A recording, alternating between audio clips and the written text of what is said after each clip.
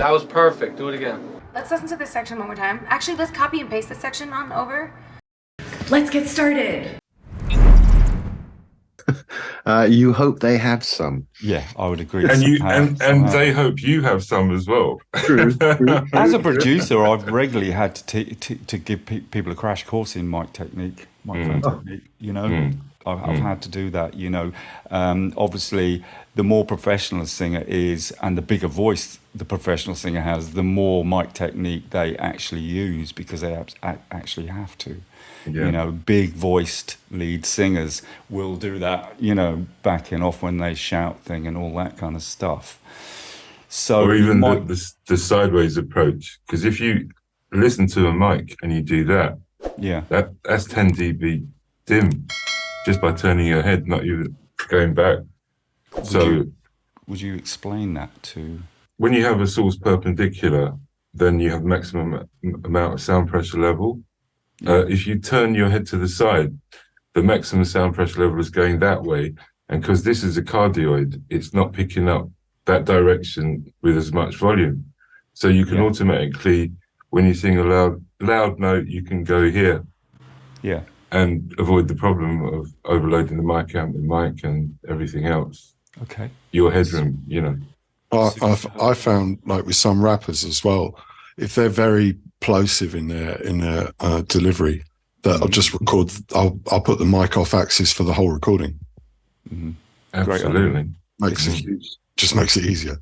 You know, when it comes down to it, that's where it all starts. It's the source of the vocal is the singer themselves. The better they are, and so on. You know, the better result you're going to get. No matter how old they are. I mean, some people learn it very early on, and other people take a little while to learn it. You just hope you don't have to be too much of a teacher.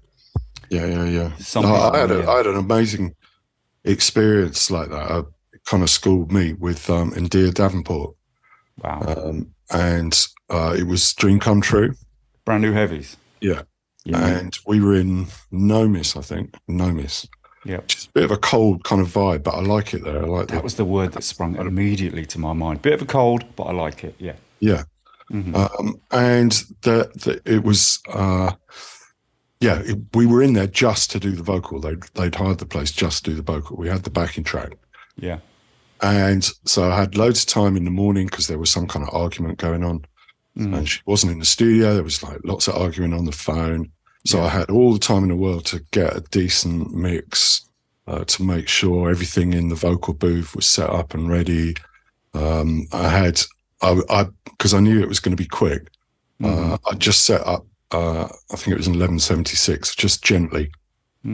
Anyway, she turned up, said hello to everyone, hugs all round, moved into the vocal booth. She did the entire 7.5 minute track, first take. And then said, right, take me back to 3:30 because I want to put a harmony on that line. Whoa. Did that. Done. Pro.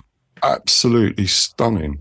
And she was I asked her about it afterwards, and she said that she'd learned her chops in LA working as a session singer, doing a lot of commercials. There you and you turn up to a studio, there'd be 6 singers there. Yeah. And you walk in, you've got one shot or it's next. So she just learned to do all the prep. Yeah. But it's so impressive, honestly, flabbergasted almost. You've made me think of a little tip that I'd like to share, and I'd love to know if you guys have employed this technique. I have found that the monitor mix, the headphone mix for the singer is pretty important, and it's particularly the level that they hear themselves against the music in their cans. And what I have done is if they're not singing out enough, I'll turn them down in their headphones. Therefore, they kind of naturally sing louder to hear themselves in their headphones, and vice versa if they're singing really loud in their headphones. I was just going to ask you guys if you've ever used speakers instead of headphones for the singer, and then record the speakers afterwards and put them out of phase with the microphone. Put them out of phase as the monitors in front of them while they're listening. No. Basically, you stick some autotones up, for instance, or some bigger speakers I've tried it with, but bass frequencies are harder to noise cancel. let them finish the vocal, then vocalist comes in and you record the speakers for the length of the recording of the music. Then you put it up at the same level as the lead vocal channel and put it out of phase. Yeah. And it takes the speakers out of the vocal. Because some people I've worked with just cannot get on with headphones. Absolutely. No, that's true. That's true. Very true. And, you know, when you're trying to get the performance out of the singer or the artist, you're trying to make them feel as comfortable as possible. Sure, and definitely. Sometimes it's worked better that they use a handheld Shure 57. Yep. I was just going to suggest one of those. There was I worked with Jimmy Percy with Sham 69. Yeah. He was doing his vocals and he wanted all the lights turned off. He just wanted an SM57 on a very long lead. And he would basically bounce around the studio doing his vocal. And occasionally, there'd be a great big crash and a wallop and a bit of an expletive. And he'd run into something because all the lights were off, or he stubbed his toe or on a baffle or something like that. But everyone's different. And it's such an we've all got a lot of stories. Studio is such an artificial environment. I think, it's clearly, it's obvious, isn't it, that it can freak people out, especially the first few times they're in that situation. So to make it as comfortable as possible for them, it makes tons of sense, doesn't it? Yeah, lighting, like we were talking about last time. Yeah. Oh, yeah. Yeah. Here's another one to add to that, and it's a rule that I have when I'm producing, which is that when a singer has produced a performance, you've recorded it, you stop the tape or Pro Tools or whatever it is that you're using, and I press and hold in the talkback, because I don't like them to feel that they're not part of the post-performance conversation. They just performed. We recorded. Now, if I don't press the talkback in, they just see a couple of people talking to each other about their performance, and they feel like they're, I wonder what they're saying about me, So I just, as a matter of course, always hold the talkback in so that it's a three-way conversation, so that the singer, the artist, is involved in the conversation. Yeah. I mean, it could induce paranoia, couldn't you? You see, absolutely, people talking else have just done a performance. Absolutely. Can we briefly touch on mics, guys? Any favourites? Any that you feel are more applicable than others for certain singers and situations? Once again, I'll say every singer is different, and there are certain mics you grab for, and there are other ones you avoid like the plague, depending on the singer. Yeah. I wish I could say there was, but a U67 or something like that would be great. But they're going to be too thick on certain lower ends for and yet on other ones they'll add what's missing, and vice versa. I'm dying to give my little anecdote, my funny anecdote. This is a true story. Simon Climie. Very famous, Climie Fisher in the 80s, guys, and he wrote really famous songs like I Knew You Were Waiting and all this kind of stuff. And he was recording his first album in New York, and he went into, I don't remember, he did tell me which studio I was in, and he will not mind me recounting this story. So he said he went into the first day, and they're recording his voice, and he notices this microphone. He's never seen it before, and it sounds absolutely fantastic. So he sort of goes into the control room. He says to the engineer, what's that mic you just recorded me on? It's beautiful. It's so good. And the guy said, yeah, it's an original Telefunken U47. This is a little history lesson for people out there. Telefunken sold their patents, their designs to Neumann. So people tend to know these mics as being Neumann mics, but they started out as Telefunken mics. So this is an original Telefunken U47 in pristine condition, used on Simon's voice. So he's like, wow, this is serious. This is great. So the next day, the backing vocalists come in, 3 female backing vocalists, like New York's finest cream of the crop female session singers. And they're doing these brilliant backing vocals for him. And he's checking it out. And he notices that this beautiful mic that was used on him is not being used on them. Apparently it was a 414, which is a lovely mic, right? Anyway, so he turns to the engineer and he says, so, hey man, why are you not using that Telefunken mic on them? And the engineer turns to me and says, they don't need it.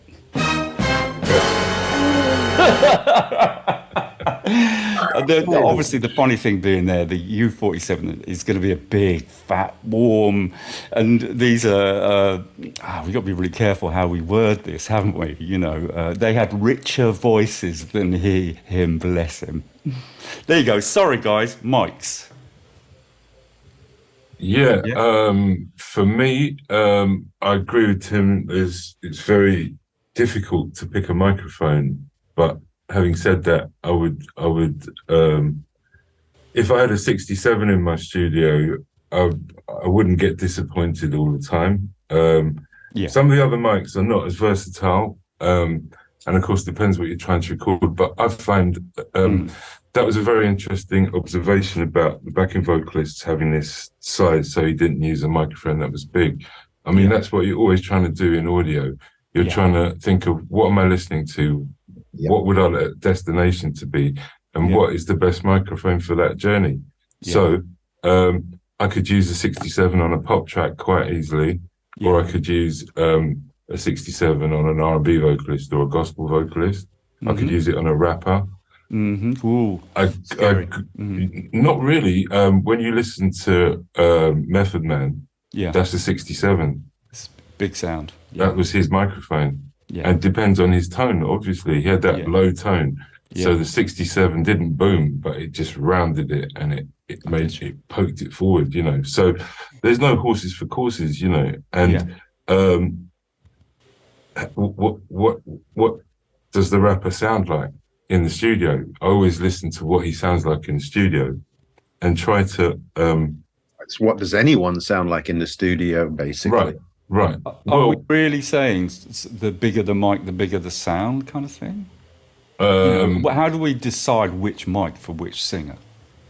The bigger the voice, if it's a baritone, I would, maybe. Or if it's a baritone, I tend to go for 47. If it's a tenor, I tend to go for a 67. If it's a soprano, sometimes the 49 sounds great on a female vocal, So in the Neumann family, they're the 3 possible mics I would have. On the AKG side, if you want to sound like Michael McDonald from the Doobie Brothers, I'd pick a C12. Yeah. Middly, more middly than a Neumann. I think Neumann's more middly than a C12. I think the C12's got that air on the top, and it's the same capsule as a 414.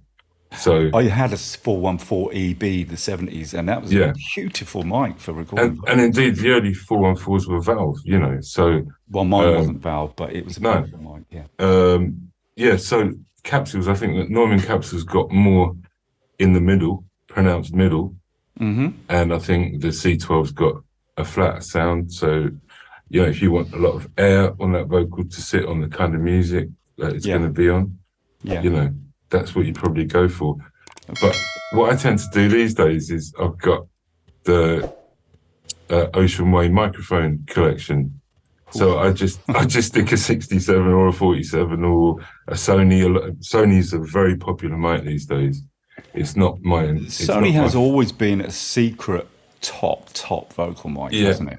Yeah. But it's not my kind of thing. So I don't tend. If I was going for that sound, I'd probably use a C12. Right. I just find it's a warmer top than the Sony, if that makes any sense. I hear you, yeah. But Dr. Dre's microphone is a Sony. Right now, everybody's using a Sony in the States. Yeah. It's just too bright for me. I just find it overly bright, It's the easiest thing in the world to add a bit of brightness to a vocal after the event, isn't it? Try and get rid of the sibilance afterwards is more of a problem. But I Thank you. hear that. Thank you. How many hours have we spent trying to do that? De-Essers. yeah, absolutely. Instead of... So, Chris, you mentioned the de-esser. Would you use the de-esser on the record chain?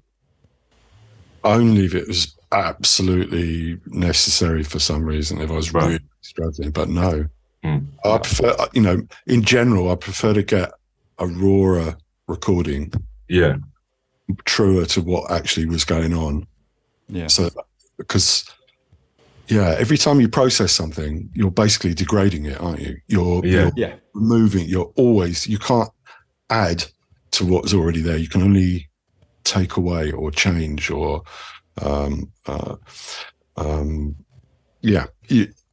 so the more of the original you have, then the more scope you got for shaping it the way you want in the mix. As a principle. But some people need a bit of help on the recording just to get a good sound to tape in the first place. So. I hear that. That's a nice point. Yeah. Well, I used to get, they shall remain nameless, but tapes to do the British remix or whatever of, and kept vocals with instructions from the label saying there are 4 tracks of lead vocal. Yeah. You must use all of them, or we will not use your mix. You put up the fader, you put up the fader with 1 track of vocal, and you're going, "Who on earth is that supposed to be?" And then you put another track, and it starts sounding a bit familiar. You push the 3rd track up, and you're going, "Oh, it sounds a bit like so and so." And then you push the 4th track up, and you're going, "Ah, there you are. It is them." And but you need 4 double tracks, 4 tracks worth of vocal to get what everybody knew as the vocal. This leads me to 4 tracks. Sorry, Tim. Is it 4 tracks of the same performance with different mics, or what? No. It'd be 4 separate tracks of a lead vocal, but done so backing vocal tightly that you put them together and it is one vocal. But no, they were separate vocals. Okay. Mic pre. Now, obviously, plugins these days, actually, there are quite a few of them that emulate classic mic preamps. For instance, a couple of companies, Analog Obsession, model mic preamps extremely well. Soda Lindell Audio, Soda Noise Ash.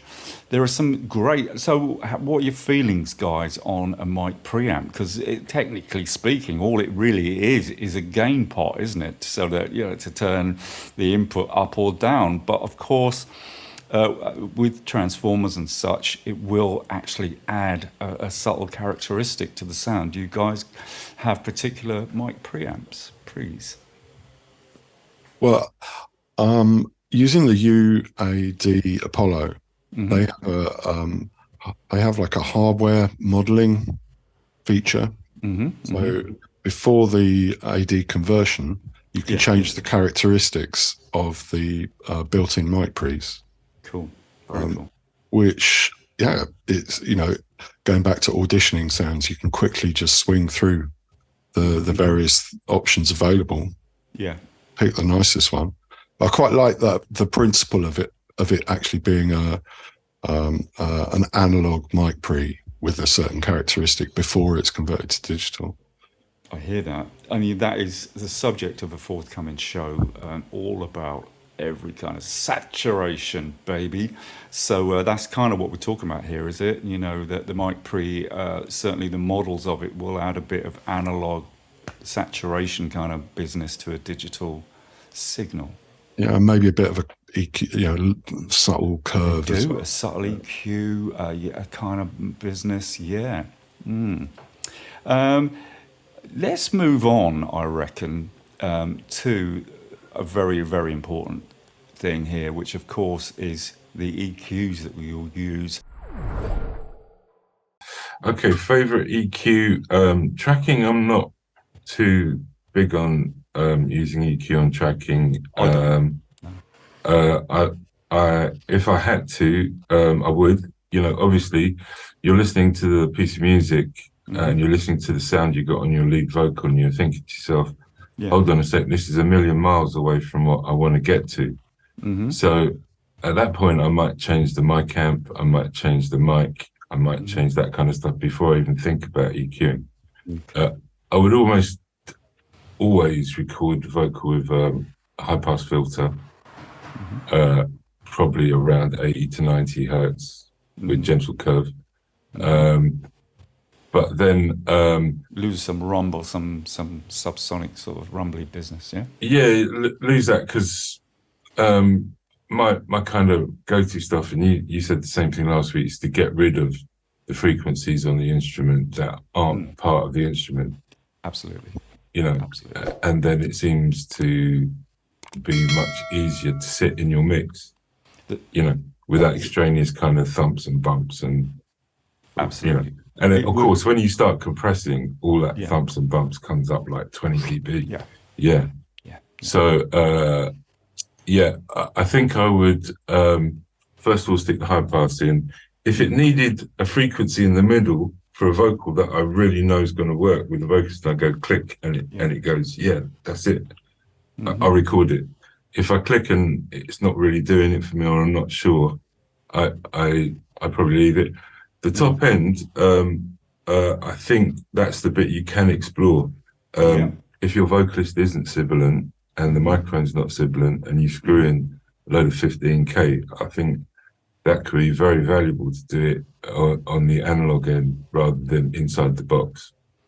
You can, of course, you're going to do it inside the box if you want, but we talked about maybe when you do that in digital, you're bringing up all the aliasing curves and all those kind of things. Absolutely. The one thing I'm going to say here, sorry to interject, but the beautiful thing about in the box, about plugins, is you don't have to record any of this stuff. You can, you can change your mind a little later down the line and go, actually, let's just re-EQ that here. And that's a beautiful thing. I don't really see much point at all in recording EQ other than what you said, a nice high pass just to get rid of some of that ghastly rumbly stuff down the bottom there. Generally, that's what you're looking for. Maybe 3 dB on 25K or 15K or something.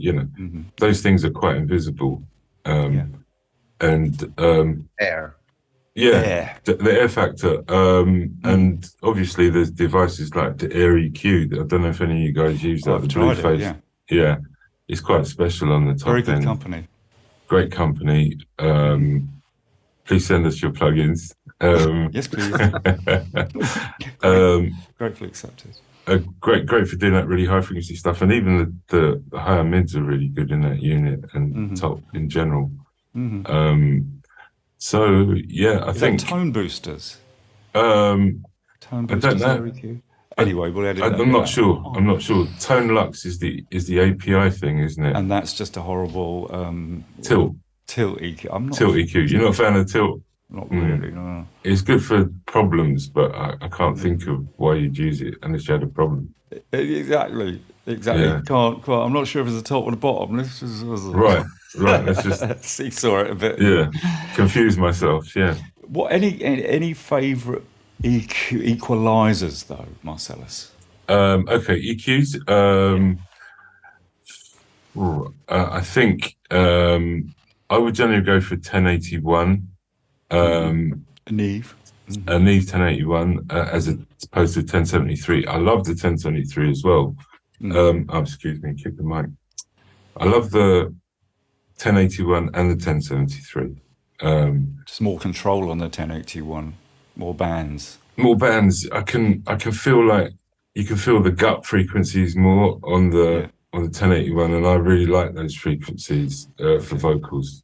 Yeah. Because to me it balances there's 3 kind of fundamental frequencies to vocals, and that is the gut, the throat, and the high up stuff, Yeah. So I don't think the Neves are great for the high end stuff. I think they're quite abrasive on the top end, but in the middle and lower middle, though, that 1081 is a beast. It's just it can give a vocalist the diaphragm just with the click of a button. I just love Neve EQs. Yeah. The 70s Neve EQs are just to die for, aren't they? Yeah. How about Chris, EQs, favourite EQs?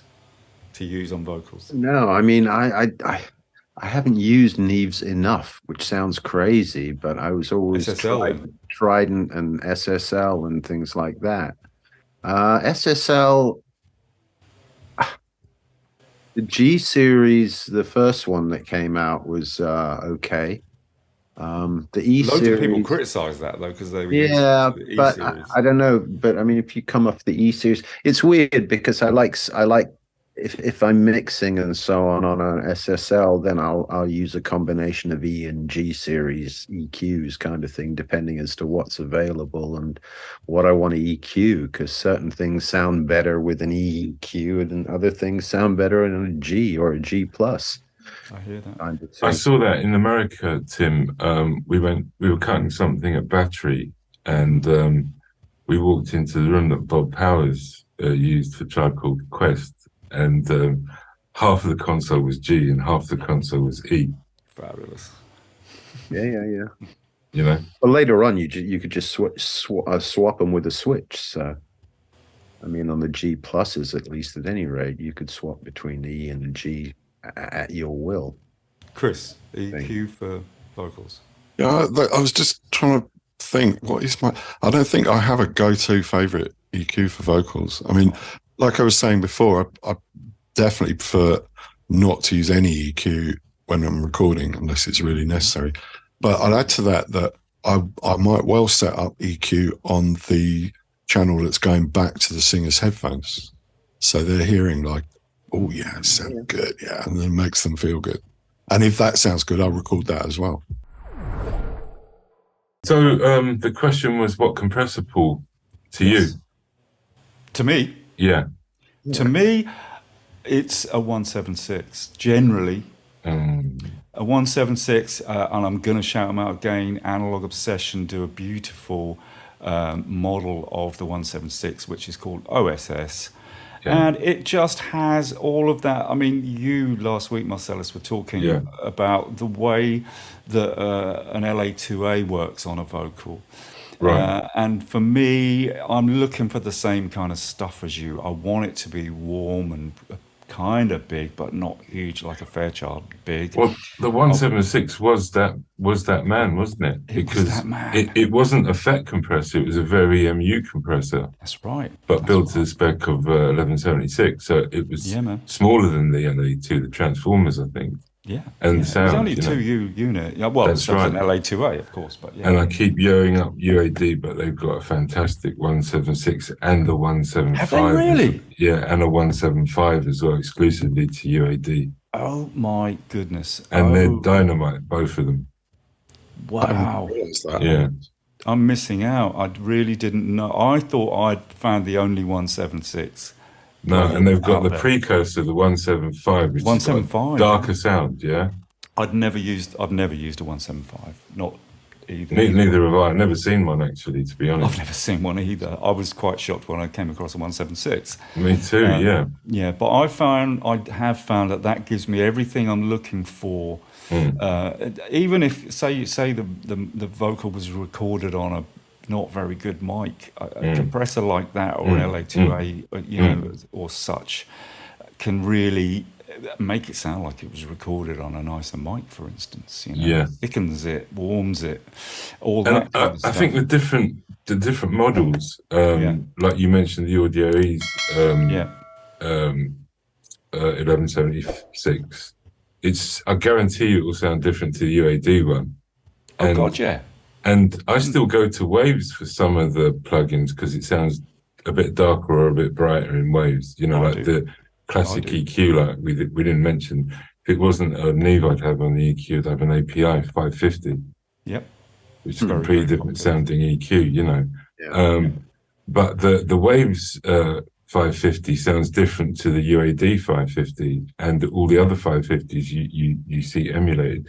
What you have to do is just learn the sound of that plugin from that manufacturer. Yeah, and absolutely. Even the legacy version in the UAD stuff is different to the full-blown version. Sometimes you don't want that bright, big sound. You want a duller, big sound, and the legacy version sometimes is better. So I would say that the plugin thing is quite interesting because There is a lot of free plugins that emulate these classic devices, and it can bring people. Like a friend of mine was telling me, he was didn't understand the curve bender EQ, couldn't get his head around it, and then he played around with it with the plugin and understood how to actually use it with the plugin. Yeah, and then it was able to use the actual analog piece, because he'd learned through the plugin. Yeah. So this is our classic analog and digital debate. I think we're always gonna on this subject. I'll put something out there. Yeah. I think the reason that no two plugin developers, shall we say 1176, sounds the same is because they're modeled from an individual unit anyway, which won't be exactly the same as the unit that the next company and the next company modeled. I mean, when it comes to, we've got an embarrassment of riches with plugin models of 1176s, by the way, of course. Why wouldn't we? And it's like I did say last week that I used to have two hardware 1176s in my studio. Tim, you used them actually in my studio, and they were both very different to each other. And so, it's the same with the plugins. And to be honest, my favorite 1176 model is actually the Arturia 1176. So I guess that I suppose suggests that the unit they modeled is a model that particularly appeals to me regarding what I'm looking for in an 1176. And they are radically different. Yeah. That's the thing about them. You had to find good ones or ones you liked. Yeah. And then work with them from there, kind of thing. Chris, compression vocals. Again, I think some singers I found you find that they're too dynamic, and you're going to lose some of the quieter bits unless you do use a bit of compression, especially tape, obviously. Really you're going to lose it to background noise, but I prefer not to. Like I said, that Dream Come True and Dear Davenport, I had an 1176 on that. Never went below about -2. India's a great singer. I mean, I did a lot of brand new heavy stuff, so I'd agree with you. She's a great singer. But I did also recorded some vocals through a Fairchild one time, which was quite interesting. The singer had a kind of penetrating voice, and we auditioned a lot of mics. I think we ended up with a Sony, I can't remember the model. But using the Fairchild, again, gently, was really beneficial to get a sort of more, less abrasive, more pleasant sounds. Smoother, warmer,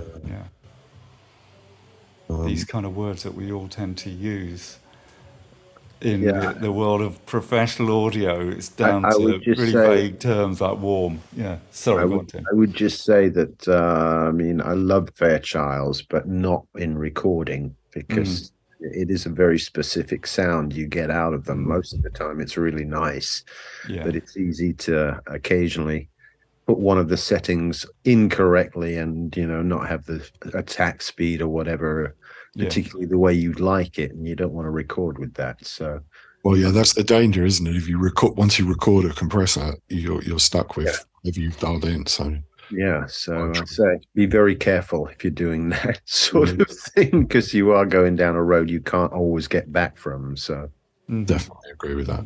Yeah, full agreement. But so compressors, I think we've touched on some good compressors. Do you have a favorite compressor, Chris, to use for vocals? If it was a case of there's nothing in the rack but you can hire in a compressor, what would you? Well, I know. I'd get 1176. I mean, I think that is agreed. That's the standard, isn't it? But I'd have to disagree with that. Go. I'd want transparency in the recording. Yeah. So unless I really wanted the sound of the 1176 on the recording, so that wouldn't be my go-to. I would kind of go for an Opto, valve Opto, which, like we talked about last time, very MU compression is different to Opto compression. Yeah. So, and obviously the LA2, which is my favorite compressor, as you know, has got coloration. So if I didn't want that coloration, I'd probably go for TubeTech CL1B and Gorgeous not compress it more than 4 dB at the loudest point. That's nice. For a great little tip. How about VCA compressors? Did they do something wrong, guys? I mean, how come? No, I think VCAs have artifacts, you know, unless they're very expensive VCAs. So if you like the sound of the artifact, for instance, a DBX, then that's your fastest compressor. And if you've got a vocalist who's jumping up and down, like doing somersaults with the DBs as he comes to the mic and goes forward and sideways. I use a DBX compressor on recording, which is a bit dangerous for a great singer because he can surprise you with a dynamic and you cannot get that back once you've recorded like 10 dB compression on a DBX. It's going to sound like a DBX, you know. So that's been Vocal Chain, people. Please, I'm sure everybody who's watched this video has some comments, maybe some questions, maybe some answers, something you want to have, you wish to say on the subject. Please do comment down below. You know where it goes, and we will respond. These have been Audio Snobs talking about a vocal chain. Hopefully you've gained some sound advice. We'll be back next week, and we're talking about a very interesting subject, which is saturation. Very, very of the moment, very, very favorable things being said about saturation being used in the digital world. So thanks for being here. Hope you've enjoyed it, and hope to see you next week. Thank you very much indeed.